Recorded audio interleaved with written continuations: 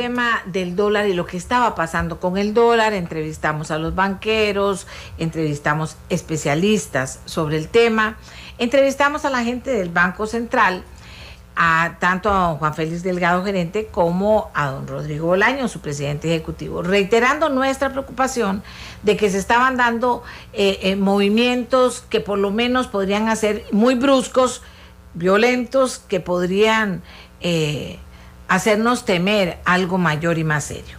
Finalmente, ayer el Banco Central toma la decisión de intervenir. Rápidamente voy a contactar, y esto no significa que seguiremos hablando del problema del domingo en este programa, pero voy a contactar rápidamente a don Gerardo Corrales, quien nos ayuda con el análisis financiero regularmente en el programa, para pedirle que nos diga qué significa esta intervención, qué panoramas surgen después de esta intervención. ¿Es para tranquilizarnos, es para preocuparnos? ¿Cómo lo ve usted en su papel de analista, conocedor además del tema? Muchas gracias, doña Amelia, buenos días.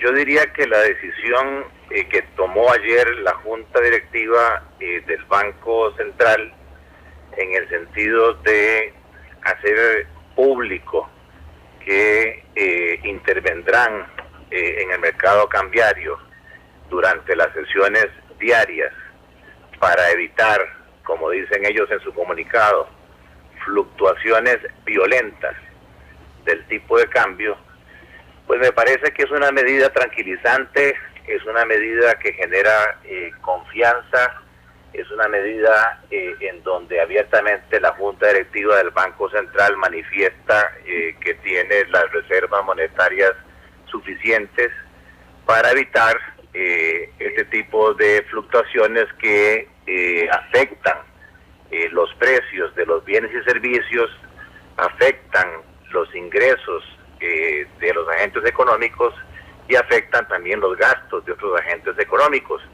Dada la importancia del tipo de cambio, si bien es cierto, desde que se arrancó este sistema de bandas cambiarias en noviembre del 2006, se sabía que el Banco Central puede intervenir tanto en el piso como en el techo de la banda.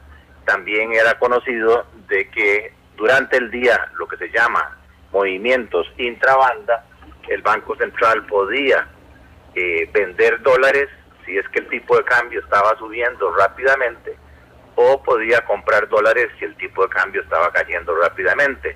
Pero lo que hacen ahora con el comunicado pues es reafirmarlo, y además me parece muy importante que le da la facultad abierta de que si esa subida del tipo de cambio rápida es por compras excesivas del sector público no bancario, puedan parar esas compras, o por el contrario, si el tipo de cambio está bajando mucho, puedan parar las ventas del sector público no bancario. Yo pues felicito a la Junta Directiva del Banco Central por este comunicado. Me parece uno de los comunicados más bien fundamentados, de tranquilidad, y pues lo único que ahí sí hay alguna diferencia de criterio respetuosa. Ellos consideran de que por el tamaño del mercado cambiario costarricense no es sano que divulguen cuáles van a ser los parámetros de intervención o la definición que ellos consideran para decir esto es una fluctuación violenta, brusca, muy alta, muy baja, para poder entrar, sino que se lo reservan. Incluso señalan de que aquellos funcionarios del Banco Central tienen que manejar obviamente esa información de manera muy confidencial, y que de lo contrario, si no lo hacen así, pues las causas y las sanciones pueden ser muy graves, incluso ante los tribunales de justicia. En resumen, doña Amelia, me parece que es una muy buena medida, para algunos necesaria ya desde hace varias semanas, cuando empezamos a ver variaciones intradía. Incluso el 29 de enero recuerdo que la fluctuación entre la cotización mínima y máxima de ese día fue de casi 21 colones, sí, lo cual es considerado muy alto y que generó mucha inquietud, mucho nerviosismo, preocupaciones de que si era el momento de pasarse de una moneda a la otra, de inconveniencia, creo yo, para todo el sistema económico costarricense. Bien, en esa oportunidad alguna gente me decía, es que hay que pagarle favores, el gobierno le paga favores porque tengo que decirlo, a algunos sectores de este país. Esa era una de las cosas que decían. La otra es, como bien usted dice, ¿qué hago? Dólares o colones. Pero resulta que hoy en concreto, mañana creo, empieza Expo Construcción. Y mucha gente espera esto para llegar a ver su casita, una Expo Construcción dirigida a la clase media, don Gerardo. En estas circunstancias, muchísima gente me está mandando mensajitos de ¿qué se hace? Compro la casa, pero me la están vendiendo en dólares, ¿cómo hago? ¿Qué hacer? Sí, me parece muy importante. Los bancos, de manera propia, voluntaria, y recientemente por disposición de la superintendencia, estamos obligados a una actuación responsable, lo cual no significa que debemos satanizar, como me decía alguien, el dólar, ni endiosar el colón, sino que nuestra responsabilidad es de asesoría a nuestros clientes y pues saber medir cuál es su capacidad de pago, no en condiciones que hemos dicho atípicas, como ha sido después de la crisis mundial del 2008 y 2009, que llevó a los bancos centrales del mundo a expandir dinero barato, mucha liquidez, y que ha mantenido las tasas de interés y los tipos de cambio apreciados. Entonces, lo que corresponde es decir, no, si esta situación se reversa y el tipo de cambio vuelve a un nivel normal, o las tasas de interés, no solamente en dólares, sino también en colones, porque recuerde que si hay devaluación, para poder equilibrar los precios de los bienes, las tasas de interés en colones también se van a ajustar hacia arriba. Entonces, ahí lo que hay que hacer es medir la capacidad de pago de la persona bajo condiciones de estrés, con una devaluación que el regulador nos pide que sea 1.5, 2.5 y hasta 3.5 veces la devaluación esperada, y entonces con ese ingreso castigado poder decir, sí, esta persona, aunque no genere dólares, tiene un buen colchón, una buena protección, o no, el nivel de apalancamiento de esta persona después de una devaluación fuerte o de un aumento de tasas de interés fuerte, no le da para asumir riesgos cambiarios o riesgos de moneda.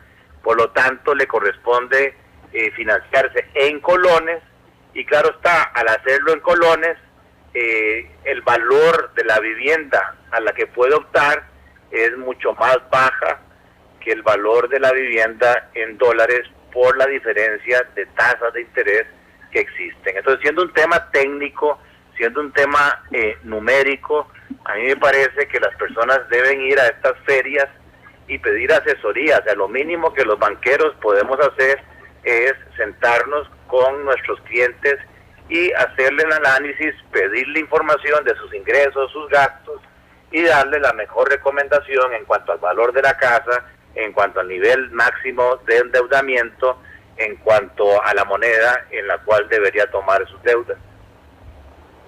Muy bien, muy bien. Me parece, don Gerardo, que ya tienen elementos de juicio las personas para tomar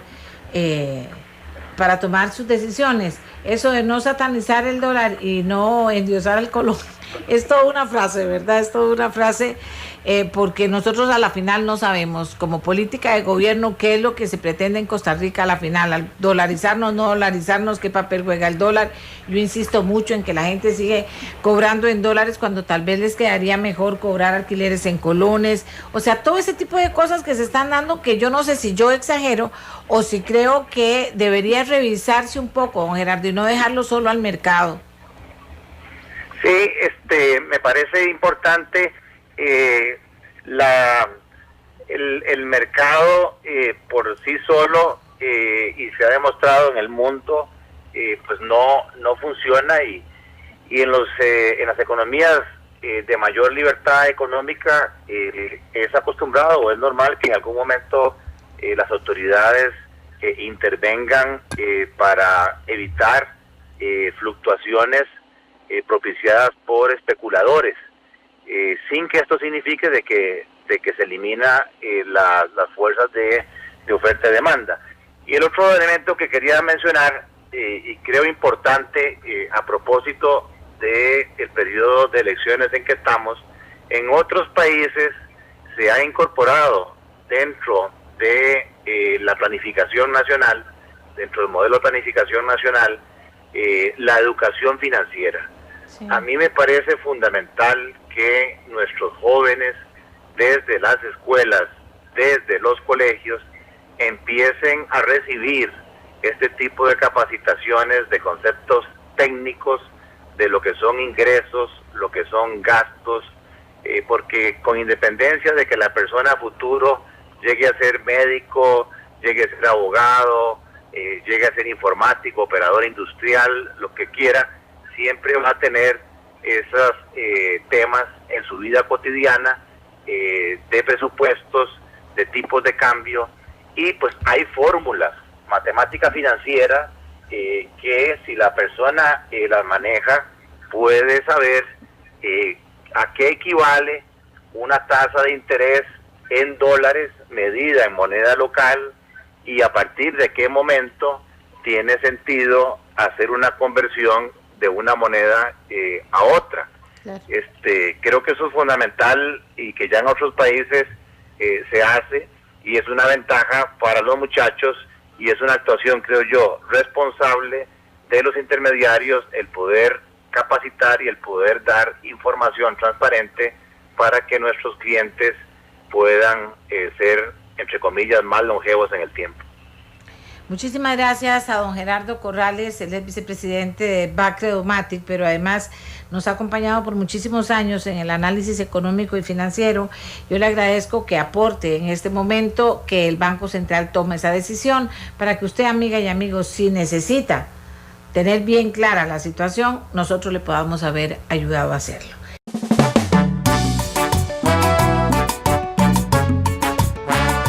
Gustavo Román del Tribunal Supremo de Elecciones tiene también cosas interesantes que podemos compartir y analizar con ustedes. Ayer pasó algo importante en el Tribunal Supremo de Elecciones. Se comunican decisiones, pero se comunica también la apertura de lo que podríamos llamar, no sé, don Gustavo Román me confirma, la etapa ya final de todo este proceso electoral que nos lleva a segunda ronda, a segunda vuelta. Don Gustavo nos cuenta, muy buenos días.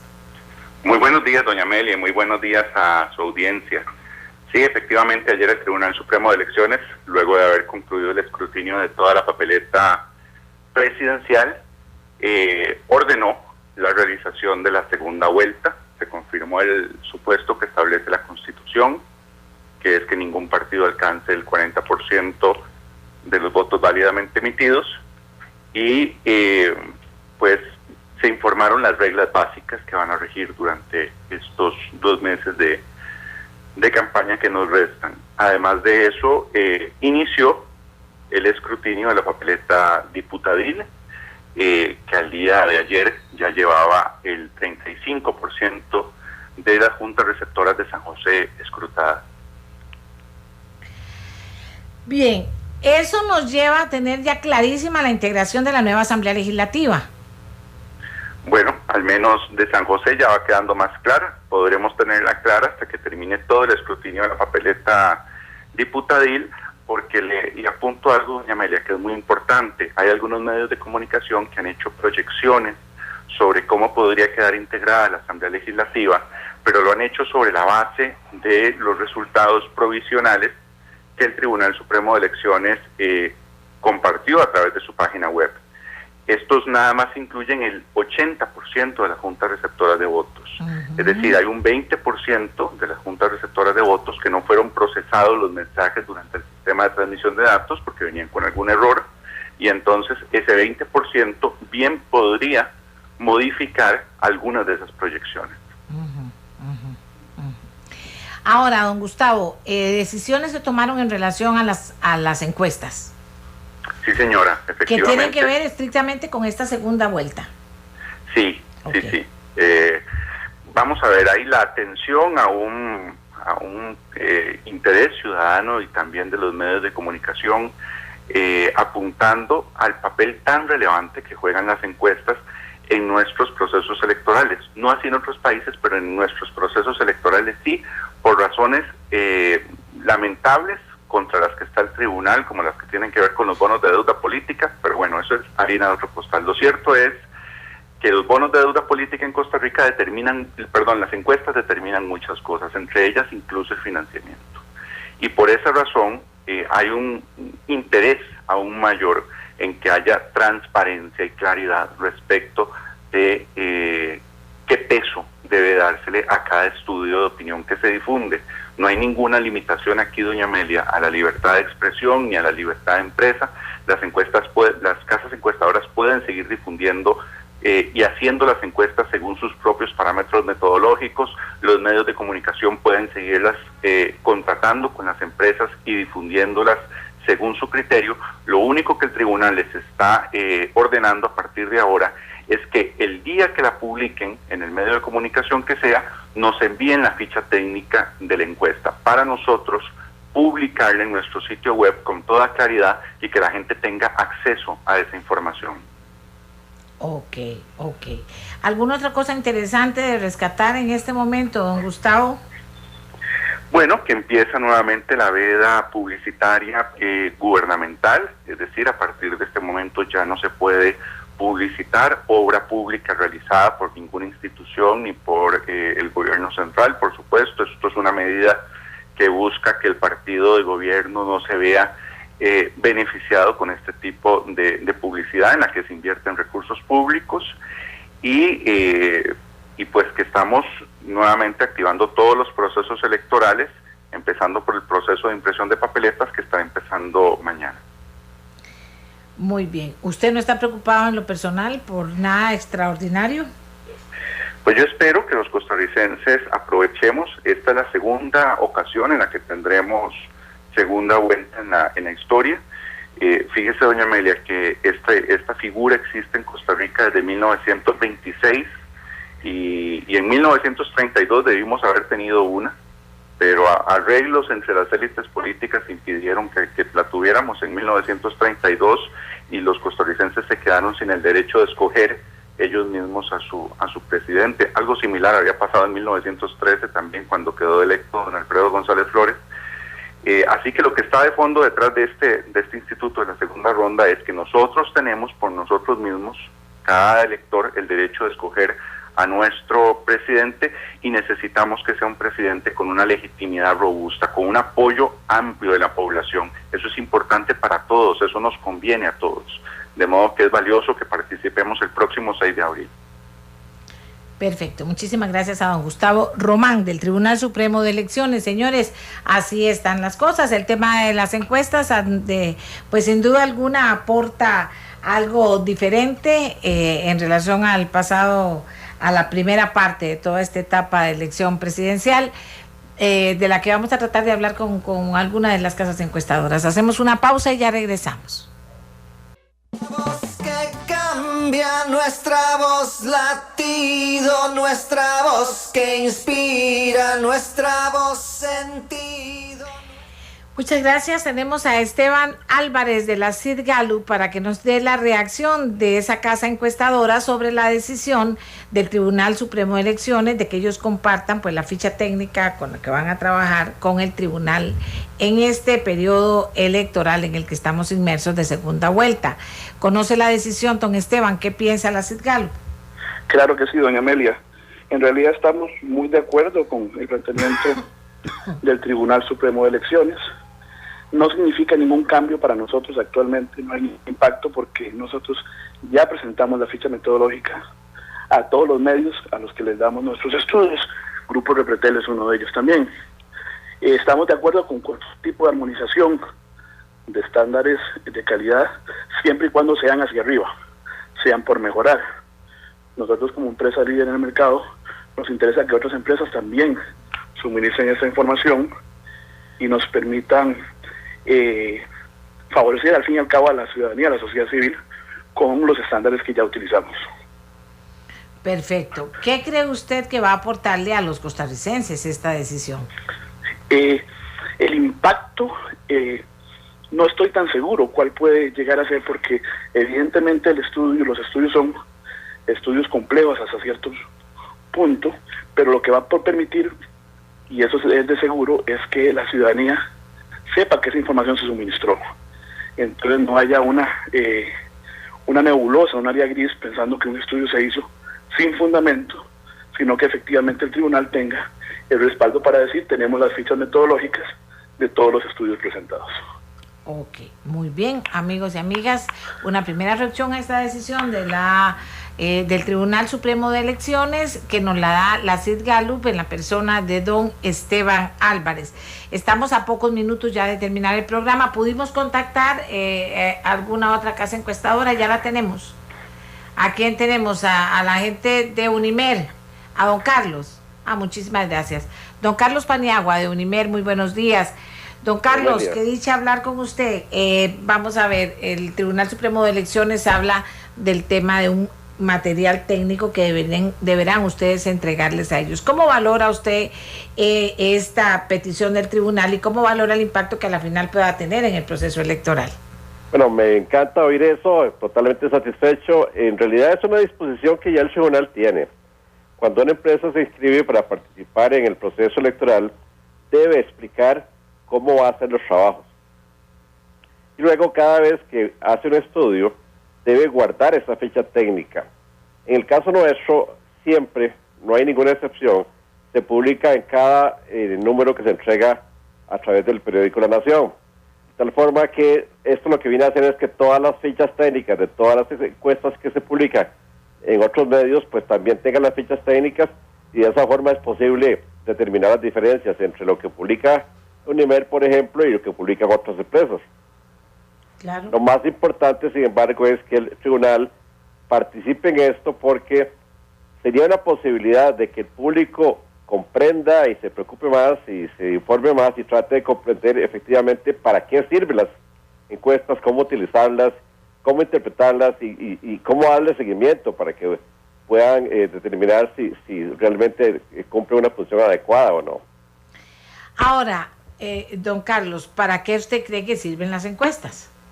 En realidad una encuesta es el único medio que existe en un país para que una muestra que represente a la ciudadanía pueda expresar sus diversos puntos de vista, sobre todo, no solamente sobre el electoral, sino sobre calificación de las autoridades, control de el manejo de instituciones, desempeño de instituciones. Es decir, es la manera, hasta hoy, en algún momento puede ser que las redes sociales sustituyan esto, pero hasta hoy es la única forma en que los ciudadanos pueden expresar una opinión que es válida para todo el país. Y bueno, es la manera entonces de tener esta opinión y de que los ciudadanos estén informados de lo que piensa el resto de la ciudadanía. Ahora, don Carlos, en estas situaciones, que no es aquí en Costa Rica la primera vez, no sé si ha sido la más interesante, por decirle de alguna manera, pero en otros países también, pasa que lo que están señalando las encuestas y lo que pasa al final es otra cosa, y que de esto depende la financiación de los partidos políticos. Bueno, el problema es otro tema en realidad. Aquí parte del enredo que se ha hecho es que se ha mezclado el asunto del financiamiento de los partidos, el uso de encuestas por bancos. Dicho sea de paso, los bancos no fueron quienes publicaron las encuestas, sino que los partidos tomaban alguna parte de una encuesta que hacía el banco y publicaban lo que querían. Eso es un punto. El otro punto es que en realidad sí hay una distancia importante entre el día en que se hace la encuesta y cuando se publica. Me explico. Una encuesta termina como una semana antes, la más cercana a la elección termina como una semana antes en campo para ser preparada y publicada. Entonces, eso, digamos, afecta un poco. Ahora, no fue la primera situación. Esta situación se presentó en el 2006, cuando Otón Solís casi alcanza a Oscar Arias, también una diferencia de un punto en el resultado final. En esa ocasión nosotros sí publicamos al final, no fue como esta ocasión que no publicamos, y sí explicamos correctamente la tendencia. En realidad lo ideal es que uno se acerque lo más posible a la meta. Usted sabe, la única forma de tomar la fotografía del ganador es si uno está en la meta. Si no está ahí, pues es imposible decir quién es el ganador. Claro, así es. ¿Cómo ve la cosa, don Carlos? Ni idea. ni idea. Realmente he estado en Guatemala con un asunto urgente de Unimed Guatemala ya. Pues sí, uno habla aquí con la gente y demás, pero realmente no. Pero aunque usted venga y hable con la gente, siente que la cosa como que caliente no está. Para nada, está muy fría. Está muy fría y la gente da por hecho algunas cosas. A mí me parece que no pueden hacer eso. Me preocupa también que la gente se vaya a dejar a quedarse en su casa y no salir a votar. Me parece que la gente como que quiso pues, descansar un poco. Pues, la campaña fue muy intensa. Recuérdese que una vez que se calentó desde diciembre fue muy intensa. Entonces, bueno, sí, la gente desearía que esto termine ya. Inclusive lo que sí hablo yo mucho es con empresarios y por supuesto que son los que más desean que esto ya se aclare de una vez por todas. Ahora, ¿va a haber encuestas ahorita, don Carlos? ¿Alguna encuesta en camino? De momento no tenemos nada en mente. No tiene nada en mente. ¿Cree que vale la pena o no? Pues, en realidad, como le acabo de decir, es la única forma en que se exprese en media lo que los ciudadanos están pues opinando, pensando. Yo sí creo que vale mucho las encuestas, son esenciales en una democracia. Pero bueno, vamos a ver si publicamos o no. Todavía no ha tomado la decisión. Ajá. Muchas gracias a Carlos Paniagua de Unimed, siempre es un gusto conversar con él. Muchas gracias a Esteban Álvarez de la CISGALUP. Muchas gracias a ustedes por estar con nosotros, porque ya llegó la hora de despedir el programa. Mañana nos encontramos de nuevo. Si tiene alguna duda, algún aporte, alguna pregunta, yo estoy para servirle en ameliarueda.com, estoy en el Facebook, estoy en Twitter, estoy donde usted me necesite, y aquí mañana para poder primero investigar sobre las preguntas o las informaciones que usted me mandan y luego para compartir con ustedes el análisis. ¿De acuerdo? Esta es nuestra voz, la mía, la suya, la de todos y todas, y la transmitimos al mundo a través de Radio Monumental 93.5, la radio de Costa Rica.